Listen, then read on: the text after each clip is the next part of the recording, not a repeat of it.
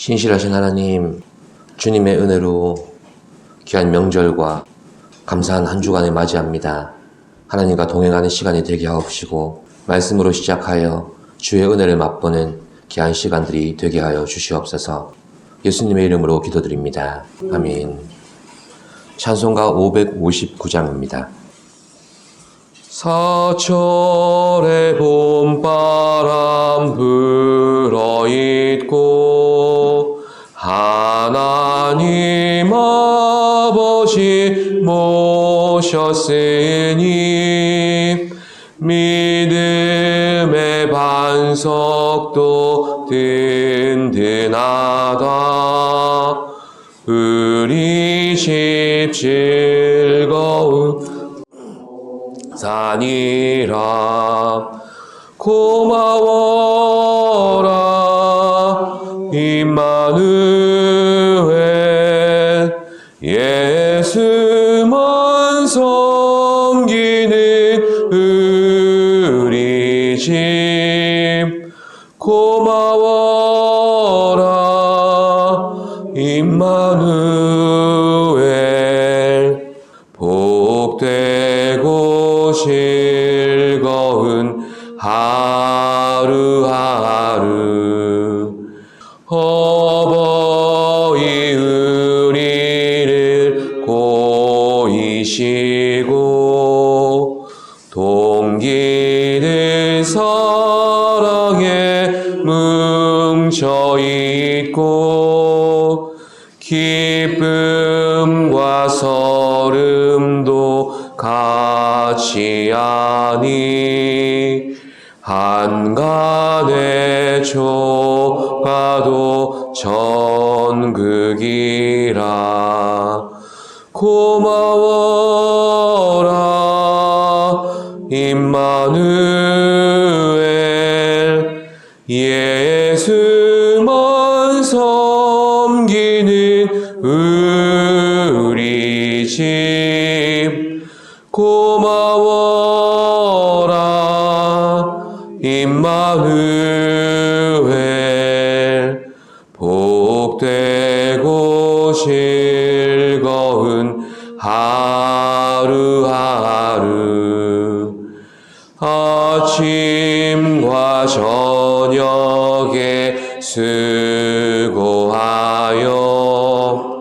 다같이 일하는 온 식구가 한 상에 둘러서 먹고 마셔. 여기가 우리의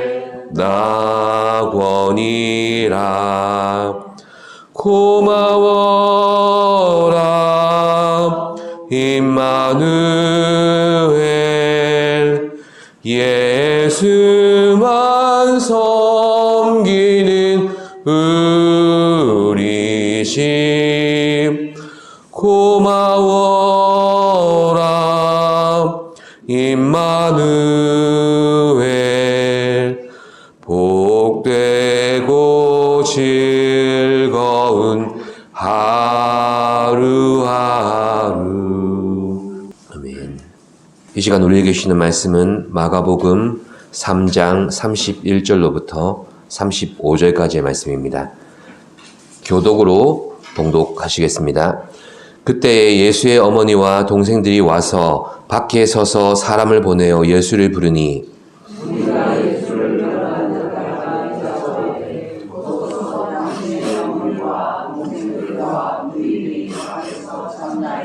대답하시되 누가 내 어머니이며 동생들이냐 하시고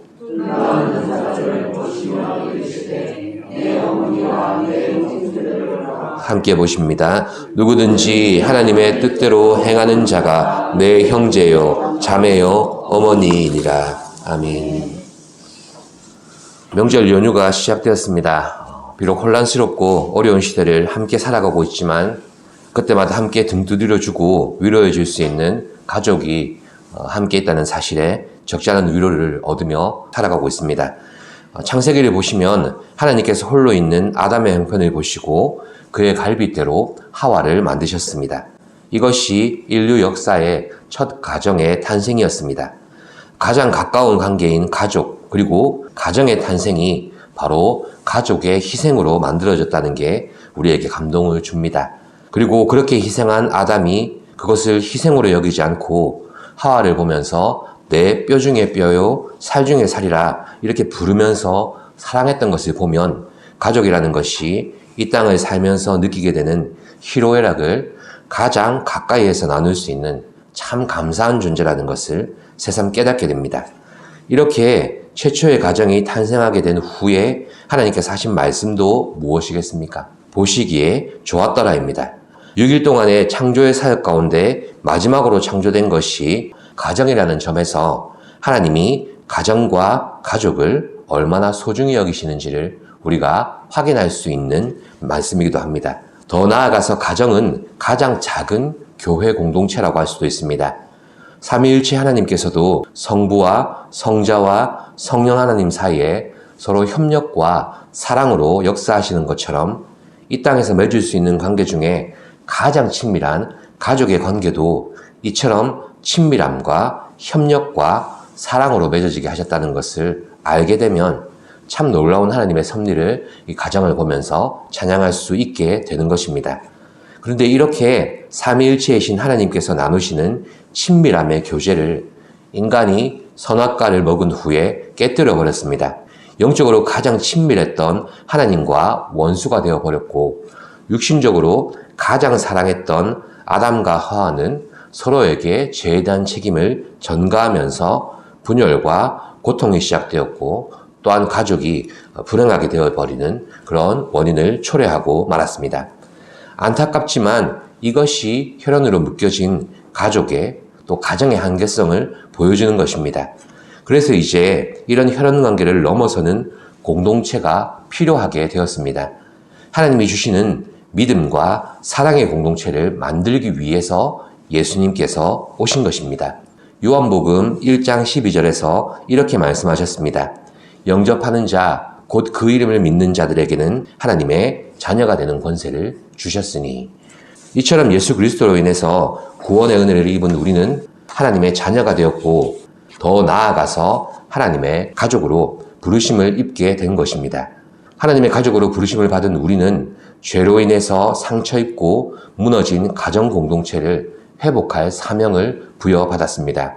그리고 이 땅에서 가장 친밀한 가정 공동체를 통해서 하나님의 가족으로 살아가야 될 목표를 가지게 된 것입니다. 자, 그렇다면 과연 누가 하나님의 가족이 되겠습니까? 오늘 말씀에 의하면 예수님의 곁에 앉아서 말씀을 듣는 자들이라고 구체적으로 말씀해 줍니다. 예수님 당시의 문화를 보면 아버지가 우두머리인 대가족 문화였습니다. 또 가족의 명예를 대단히 중요시하던 그런 사회였습니다. 자녀들은 마땅히 가정의 권위에 존경을 표하면서 복종해야 했습니다. 부모가 이렇게 존경을 받았던 이유는 자녀에게 생명을 주었고 또 공동체의 오랜 결정체인 지혜를 가지고 있고 여러 가지 전통들을 물려주었기 때문에 존경받았던 시대입니다. 그리고 복음서에서도 나타났듯이 예수님이 하신 일 중에 몇 가지는 가정과 밀접한 연관을 가지고 있습니다. 예수님은 요한복음 2장의 가나 혼인잔치에서 물로 포도주를 만드신 첫 번째 표적을 행하셨습니다. 이 표적에서도 드러나듯이 혼인잔치에 포도주가 떨어져서 가장 성스러워야 하고 축복받아야 될 그 가정의 탄생이 어수선해지지 않도록 예수님께서 물을 포도주로 바꾸시는 이적을 행하셨습니다. 다른 한편 마태복음 10장 34절 그 이하로는 주님의 복음 때문에 가족끼리 불화할 수 있음도 경고하셨습니다. 복음을 수용하는 가족과 또 불신앙으로 복음을 배척하는 가족 사이에 분쟁과 불화가 발생하게 될 것이라고 미리 말씀해 주셨습니다. 이 또한 인간에게 있어서 가장 소중한 가족이라는 관계 속에 믿음으로 인한 분열이 있게 될 것을 충분히 공감하시고 예측하신 주님의 말씀이라고 볼 수가 있는 것입니다. 누가복음 2장에서는 유월절을 지키러 올라온 예루살렘에서 아들 예수를 잃어버린 마리아와 요셉의 애타는 사연이 나옵니다. 결국 부모님과 마주친 예수께서는 어찌하여 나를 찾으셨습니까? 내가 내 아버지의 집에 있어야 될 줄을 알지 못하셨습니까? 이런 말씀을 하셨죠. 이처럼 예수님은 육신의 부모보다 하나님 아버지와의 관계를 더 중요시하는 모습을 또한 보여주셨습니다. 오늘 본문 마가복음 3장에서 예수님의 가족이 찾아온 것도 긍정적인 목적을 위해서가 아닙니다. 아마 가족들의 눈에는 병들고 죄인 취급당하던 그런 무리와 함께 생활하고 있고 또 그렇게 돌아다니는 예수님의 모습이 굉장히 한심해 보일 수일지도 모릅니다. 그래서 설득해서 집으로 다시 돌아오게 하려는 목적이었을 것입니다. 이처럼 예수님의 혈연적인 가족도 보통의 사람들과 다를 바 없이 피는 물보다 진하다 이런 생각을 가지고 있었던 것 같습니다. 하지만 예수님은 혈연으로 결정된 가족이 아니라 하나님을 아버지로 모신 믿음의 가족이요 또 제자들의 공동체를 이루려고 힘을 쓰였습니다. 이것이 하나님 나라가 이 땅에 현존하는 방식이기 때문입니다. 또한 여기에 참여하는 사람은 누구나 하나님의 가족이 되는 독특한 공동체이기 때문입니다. 오늘 본문 31절을 다시 한번 살펴보십시오. 같이 보시겠습니다. 그때에 예수의 어머니와 동생들이 와서 밖에 서서 사람을 보내어 예수를 부르니. 아멘. 지금 말씀에 의하면 예수님의 모친과 동생들은 어디에 있습니까? 밖에 서서, 밖에 지금 있습니다. 그러나 예수님은 어디에 계십니까? 우리를 집 안에서 가르치고 있습니다. 잘 보시면 지금 밖과 안을 장소적으로 대조하고 있습니다. 오늘 본문에서는 공간적인 안과 밖을 떠나서 믿음으로 구별되는 다른 차원이 있다는 것을 말씀해 주시는 것입니다. 집 밖에, 즉 예수님 밖에 서 있는 자들은 예수님을 영접할 수 있는 기회를 다 놓쳐버리고 결국 쫓겨나서 이를 갈며 슬피 우는 자들을 생각나게 만듭니다. 그러나 반대로 안에서 예수님의 음성을 듣고 그의 말씀을 듣고 또 주위에 둘러앉아 있던 자들은 천국 잔치에 초청을 받고 거기에 응해서 생명을 누리게 된 자들을 우리에게 보여줍니다. 결국 밖에 있는 사람은 그리스도 밖에 있는 사람으로 볼 수도 있고 안에 있는 사람은 그리스도 안에 거하는 사람으로 볼 수가 있는 것입니다. 여기서 안과 밖의 기준은 오직 예수님뿐입니다. 그러므로 지금 문 밖에서 예수님을 찾고 부르는 그 육신의 가족이 아니라 주님과 함께 곁에서 둘러앉아 마시고 그 말씀을 듣고 또 순종하는 자가 곧 하나님의 자녀가 되는 것입니다. 가정마다 가훈이 있을 것입니다. 가훈은 그 가족이 무엇에 가치를 두고 사는가 이것을 제일 잘 보여주지 않습니까? 하나님의 가족은 무엇보다 하나님의 뜻에 맞추어 살아가야 합니다. 본문 35절에 보시면 예수님께서 말씀하십니다. 35절 함께 보시죠. 누구든지 하나님의 뜻대로 행하는 자가 내 형제요, 자매요, 어머니이니라. 아멘. 그렇습니다. 누구의 뜻대로 행하는 자라고 말씀합니까? 바로 하나님의 뜻대로 행하는 자가 곧 하나님의 가족이 된다고 말씀하십니다. 하나님의 가족은 예수님 안에서 또 예수님 곁에서 둘러앉아 말씀을 듣는 자들이어야 합니다. 이 명절이라는 좋은 기회에 남녀노소 온 가족이 함께 모여 가정예배를 드리고 하나님의 말씀으로 먼저 복받는 은혜가 우리 가운데 있으시기를 간절히 기도합니다. 이제 말씀에 맺습니다. 우리는 믿음으로 묶여진 하나님의 가족입니다. 하나님의 뜻을 구하고 그 뜻대로 행하는 자만이 하나님의 가족입니다. 이 땅에서 가장 친밀함을 느끼는 가정이라는 혈연 공동체도 무엇보다 소중합니다. 그러나 그 가정을 통해 우리에게 하나님의 가족이 되도록 훈련의 장으로 불러주신 것입니다. 이 하나님의 목적을 꼭 기억하시기를 바랍니다. 그렇다면 우리 주위에 오늘 본문에 나타난 예수님의 가족들처럼 집 밖에 서서 안으로 들어오지 못하는 사람들은 과연 누구이겠습니까?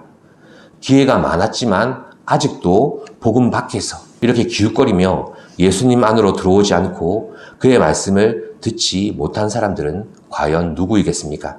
지금 이 땅에서 소중한 가족으로 함께 살아가고 있지만 장차 영원한 천국에서 하나님의 가족으로 살아갈 것을 소망하는 우리가 되기를 간절히 소망합니다.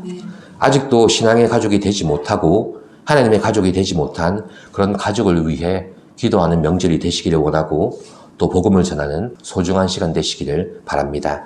기도하겠습니다. 사랑의 하나님, 감사합니다. 주의 말씀을 듣고 주님의 뜻을 따르는 자가 바로 하나님의 가족임을 배웠습니다.